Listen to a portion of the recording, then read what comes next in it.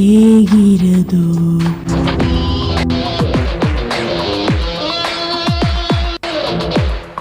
நிறுத்துறா. Cut cut. இந்த ஆளு என்னையா பண்றான்? 10-20 படத்துக்கு மேல இதே ஸ்டெப் பண்ணிக்கிட்டு இருக்கான். அந்த பாக்க கூட தேவையில்லாம பிலிம் வேஸ்ட் ஆயிடுச்சு. ஐயோ கேமராமேனையும் காணோமே. நான் இங்கதான் இருக்கேன். அவன் எதுவும் செய்ய மாட்டான்னு எனக்கு நல்லா தெரியும். அதனாலதான் கேமரா ஆன் பண்ணல.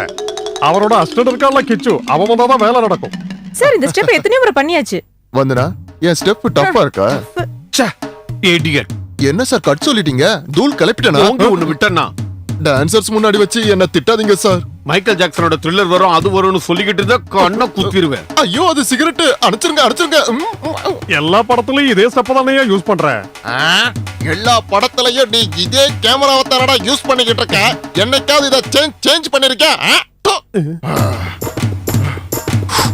எல்லா ஷூட்டிங்லயும் இதே ஆக்ஷன் கட். இதத்தான திரும்ப திரும்ப சொல்றீங்க. ஏதாவது கொஞ்சமாவது சேஞ்ச் இருக்கா? அப்புறம் டான்ஸ்ல மட்டும் எப்படி சேஞ்ச் இருக்கும்? 50 ரூபாய்க்கு சேஞ்ச் இருக்கு, 500 ரூபாய்க்கு சேஞ்ச் இருக்கு, 1000 ரூபாய் கூட சேஞ்ச் இருக்கு. ஃபார் எக்ஸாம்பிள், ஒரு சாதாரண மனுஷன் ரோட்ல நடக்கும்போது இப்படித்தான் நடக்க முடியும். அதுக்காக ஒரு சேஞ்சுக்காக தங்கடா தங்கடா தங்கடா தங்கடா இப்படியா சார் நடக்க முடியும்?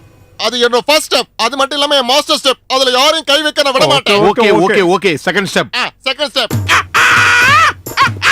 இது ஏற்கனவே போட்ட ஸ்டெப் சார். ஏற்கனவே காட்டின ஸ்டெப் இல்ல. விரல கவனிக்கணும். விரல நேத்து காமிச்சது ஒத்த விரல பாத்தியா? First step. இன்னைக்கு காட்டினது 2 விரல. Second step. ஓ அந்த ஸ்டெப்பா சார்? 2 ladies please. உங்களுக்கு ஹிப் மூவ்மெண்ட் வேணுமா சார்? நிறுத்துறா. பிச்சு வந்தவன பண்ணா போதும்.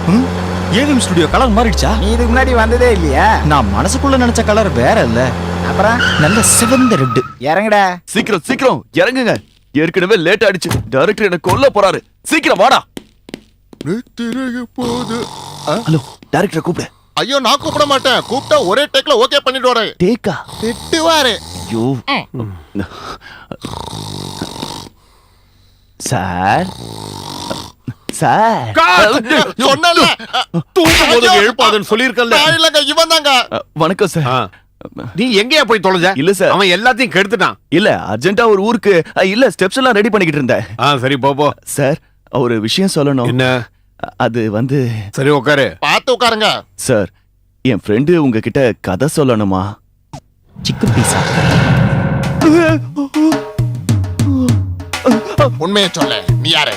நான் யாரும் இல்ல. நீ என் சாப்பாட்டுல மண்ணள்ளி போட தாண்ட வந்திருக்க? இல்லையே. நீ அசிஸ்டன்ட் கிச்சுவ கூட்டிட்டு போகத்தானே வந்திருக்க? இல்ல. அப்புறம் எப்படி நீ அவன் கூட வந்தா? நான் அவரோட ஃப்ரெண்டு. உனக்கு டான்ஸ் தெரியுமா? தெரியாது. அப்பா இப்போதான் நிம்மதியாச்சு. நான் dance master Vikram. My biological name is Michael Elias Jackson Elias Vikram Elias. Wow! Dance master Vikram sir. இவ்வளவு பாப்புலரான என்ன பார்த்தது உனக்கு தெரியலையாடா பொறுக்கி? சேஞ்ச் வேணுமா? சேஞ்ச் கொடுத்துட வேண்டியதா? சேஞ்ச் கிடைச்சிருச்சு.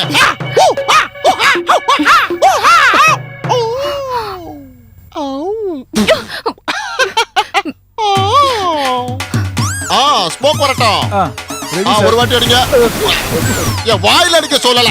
Sorry sir. ஏய் வரும்போது ஸ்ப்ரேயும் அடிக்கணும், காத்தும் அடிக்கணும். Okay, sir. கொஞ்சம் கொஞ்சமா அடிக்கணும். சரிங்க சார். ஆனா டான்ஸ் நடக்கும்போது புகைய அடிச்சு விடணும். விட்டுறலாம் ஒரு சார். டான்சர்ஸ் கூட வெளியில தெரியக்கூடாது. சரி, சரி. அவனுக்கு சேஞ்ச் வேணுமாமா? சேஞ்ச் நாம கொடுத்துடலாம். Okay sir.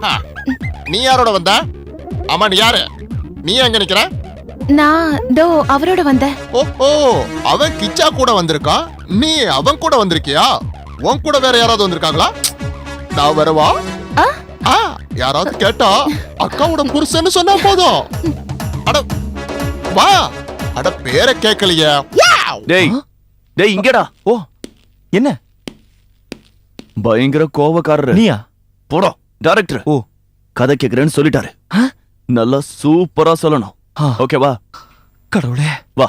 ஒரு பாத்ரூம் சீன் கூட வைக்கலையே. சார கொஞ்சம் கூப்பிடுங்களேன். சார கூப்பிடணுமா? கூப்பிட்டுட்டா போச்சு. இந்த வந்துடுறேன். Hello. இப்ப வந்துடுறேன். சார் இவன் தான் நான் சொன்ன ஆளு. நீ சந்துரு தானே? உனக்கு பயந்து தாடா ஷூட்டிங்கே நான் மெட்ராஸுக்கு மாத்தினேன். சந்துரு கிளம்பு. ஓடா. ஐயோ சார் நான் அவன் கதையை கேட்டிருக்கேன். அதெல்லாம் சரியா வராது. கண்டிப்பா சரியா வரும். இந்த கதையை நீங்க செஞ்சாதான் நல்லா இருக்கும். சரியா வராது. ஆமா சார் இந்தியாவுல இந்த கதையை செய்ய உங்களை விட்டு ஆளே கிடையாது.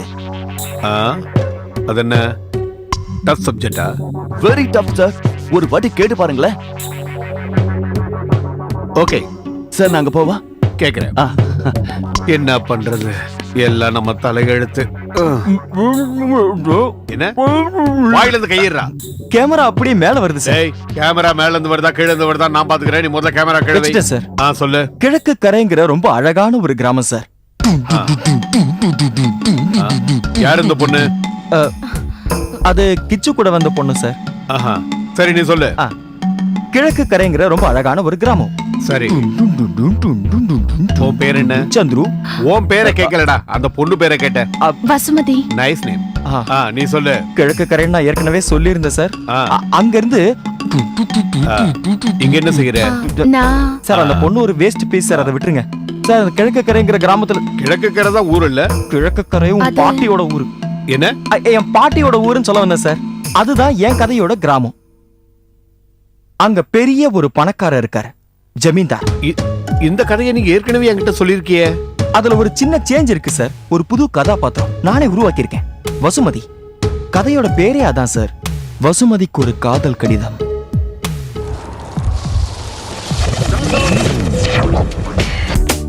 இதெல்லாம் சரிப்பட்டு வராது. ஏதோ கொஞ்சம் லெட்டர் கிடைச்சுங்கிறதுக்காக ஒரு பொண்ணு ஒருத்தனோட கிளம்பி வராளாம். இது நடக்கிற கதையா? ஒரு நல்ல பொண்ணு நிச்சயமா அந்த மாதிரி கிளம்பி வரமாட்டா. இதுக்கெல்லாம் ஸ்ட்ராங்கான ரீசன் வேணும். ரீசன் இருக்கு சார். ரொம்ப ஸ்ட்ராங்கான, ரொம்ப பியூட்டிஃபுல்லான ஒரு ரீசன் இருக்கு. என்ன ரீசன்? இந்த பொண்ணோட புருஷனுக்கு இடுப்புக்கு கீழே செயலிழந்து போயிருக்கு சார். அப்பதான் அந்த காதலனோட லெட்டர் இந்த பொண்ணு கிட்ட வந்து சேருது. அப்படி அந்த நல்ல பொண்ணு சொந்த புருஷனை விட்டுட்டு அந்த காதலனை தேடி வந்திருக்கா சார். ஓடி வந்துட்டா. ஒரு நல்ல பொண்ணு புருஷனை விட்டு காதலன் கூட ஓடி போயிடுறா.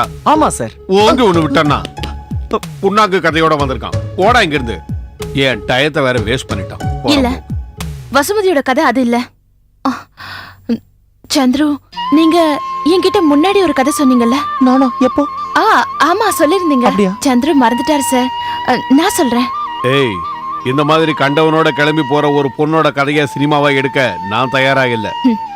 அப்படி யாரோ ஒருத்தன் கூப்பிட்ட உடனே அவன் பின்னாடியே ஓடி போற பொண்ணு இல்ல வசுமதி.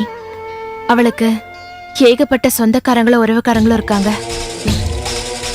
ஒரு பெரிய அரண்மனையில பிறந்தவ தான் வசுமதி. அந்த அரண்மனையில இருக்கிறவங்க எல்லாம் வசுமதிக்கு பேய் தான் பிடிச்சிருக்குன்னு உறுதியா நம்பினாங்க. பிறந்த அன்னைக்கே தன்னோட அப்பாவை பறி கொடுத்த வசுமதிய அவளோட அம்மா, வசுமதி, தாத்தா, பாட்டி எல்லாரும் ரொம்ப பாசமா வளர்த்தாங்க. ஆனா ஒரு நிகழ்ச்சி, வசுமதி வசுமதி வசுமதி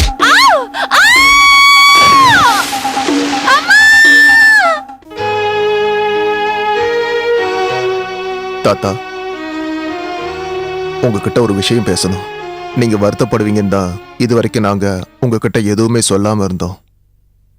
வசுமதி பிறந்த அதே நேரத்துல தானே அவங்க அப்பாவும் கொலை செய்யப்பட்டாரு.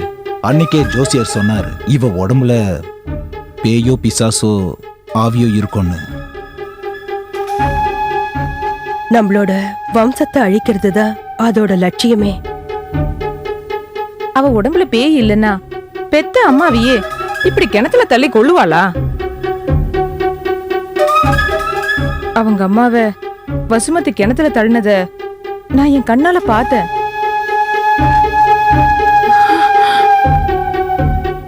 சில பூஜைகளை பண்ணியாகணும்.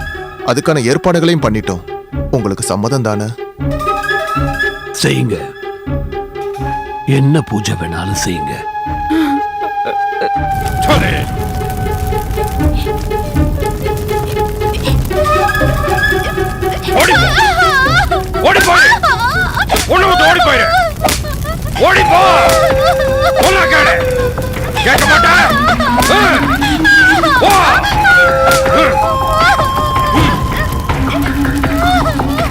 இந்த துன்பங்கள் எல்லாம் முடிஞ்சு அவ வாழ்க்கையில மறுபடியும் மகிழ்ச்சி தலை தூக்க ஆரம்பிச்சது.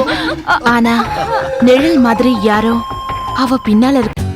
For more updates, like, comment, subscribe to our channel. Hey darlings, గంటని click చేయడం మర్చిపోకండి.